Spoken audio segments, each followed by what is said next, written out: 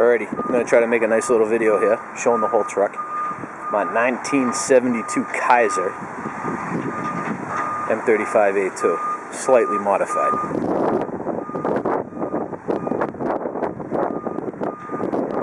So that's what we're talking about there. And it's kind of hard to get it all in. But we got the winch, all the lights work, windshield. Yeah, I'll walk you through everything. So this is why I was talking about doing the dual stacks and getting this out of here. Saying if you cut the pipe here, run it out behind the battery box, then the rest I explained to you with the flamethrowers. Right?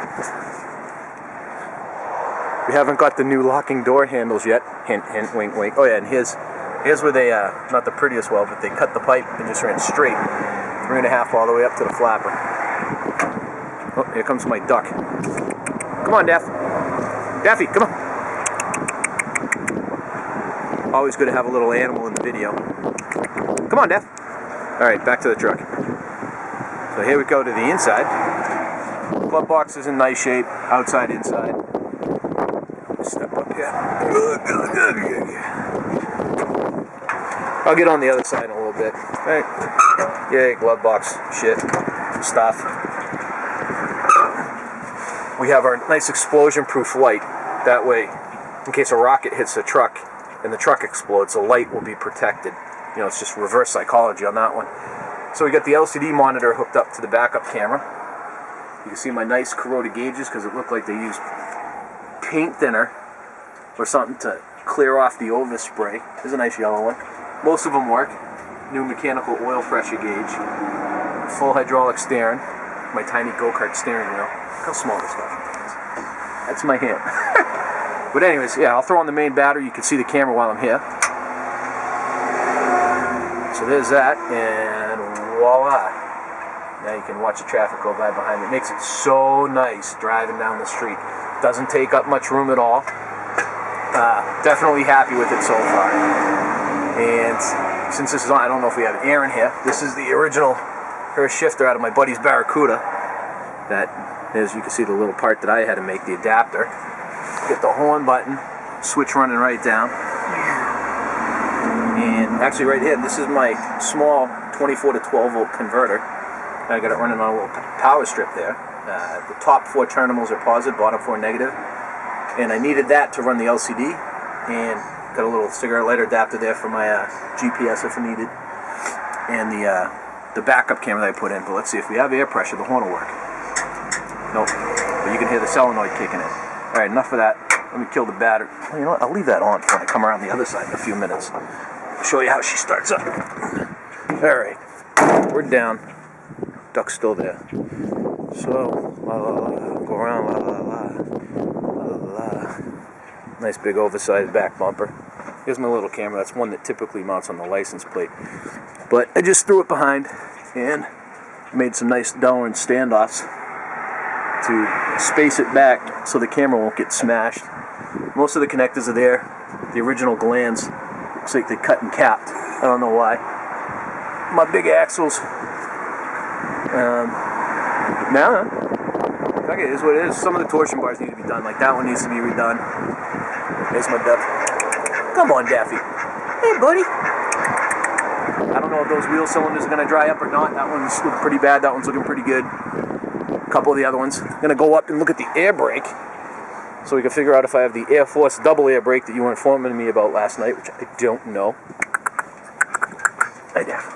Alright, here we are. Underneath my white Air Force axles, because it was an Air Force truck, as I told you. You can see they welded that one on so that one would come off, and they welded that one on, but they didn't do the other ones. So this looks like it might be drying up a little bit. This one definitely dried up. Oh, that was my head on the drive shaft. Air tanks. The white lines are just some new power lines I ran. Drum brake is on. There's the new brake light switch. Alright, so we're moving forward. We're still wet, and this is mostly from when I flooded the crankcase. And it must have been pouring out the Fording overhaul button, whatever, terminal plug that's not there. And so, here we got the air pack. Dun, dun, dun, dun, dun, dun. here we got the hook that we were talking about for the PTO, goes way up there. That's what I originally thought you were talking about going into this.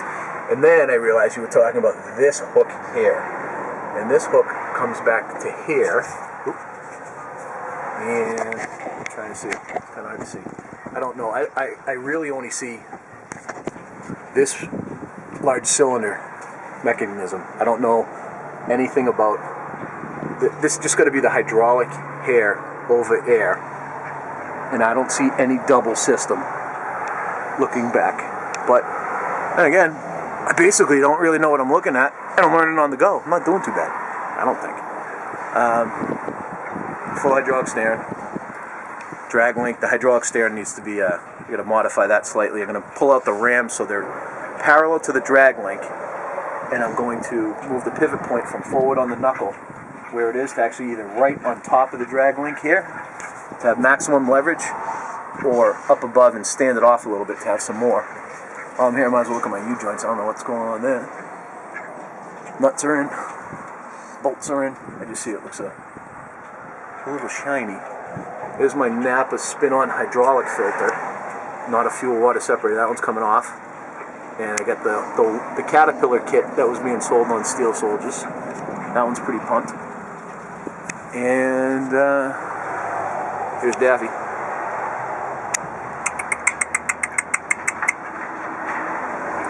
And I guess lastly, it's time for me to show you how easy it fires up. So here we go, back here. Let me zoom out a little bit. I'm not shitting you. This is a big step up. It's a big bitch. So unfortunately, I don't have somebody else to hold the camera, so you can see my plumber's crack as I'm trying to get up. So let me put this here. Coming up. Alrighty.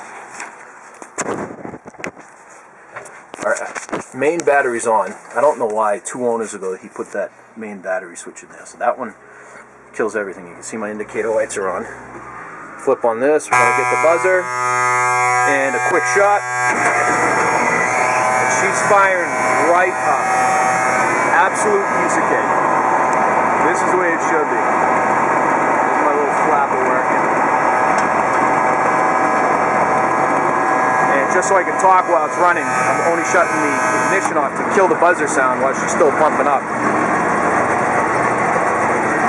So the original horn here is still active. There's a wire that comes into the switch and the other wire goes to ground. So the wire that's coming into this switch, I just teed over all the way over in here and I connected it so it's running up to this switch, and the other side, the other leg of the switch is going to ground. So both horns are still active.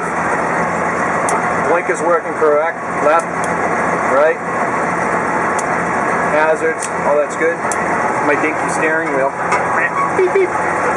And I think if there's anything else I can show you, this is the condition of my top. It's looking pretty good. Bars are a little rusty, but whatever. The top's pretty good. There you go, one tiny little starlight right there. But that's that. So I think what I'd like to do is obviously upgrade my seat, get something a nice aftermarket, but still have the push available to it to bounce. And I'd actually like, instead of putting a second bucket seat in, which I could still make with like a cushion ride, I'd want to put a small bench in and have the whole bench a cushion ride too. Because I don't want to make this a 2-seater, I want to keep it a 3-seater. So I got to figure out what I got to do for the kids. Still have the original air systems. Yay. I don't know what wiper arms are normal or not. Don't really care. They work. But yeah, the horn's up, so well, that's that one and that's that one. So she's working good. And oh yeah, this is the wiring connections that I had. What I did was one at a time. I got a whole video dialogue or photo dialogue. I took this whole thing out one at a time. I cut the wire and I spliced in. I had a slide heat shrink over it to insulate it. Resoldered the connection. Sorry, did not resolder it. Used a heat shrinkable butt connector and then the shrink tubing over it. So all the loose wires that were in here are now completely sealed and no more arcing out. Because that was blowing the internal breaker in here, which I was able to service no problem. Oh, yeah, so this is my house. That's my property line. And this is the tail end of 50 units that are selling of upwards of $800,000 each, these condos that we've been dealing with the developer for years, saying that those backyards are looking perfectly straight into my backyard, and it's ridiculous. And he's prohibited from doing fencing, which is even funnier. Now he's complaining, that he can't sell the units. Oh well, he can fuck off. Not my problem. I didn't build them. And that's it. Let's see if I can zoom in, show you my motorcycle in the garage. I can see a little bit. You know what? I'll just hop down and give you a little walk around. I only got another minute or so of video left. So let me do this. Might as well leave this guy running.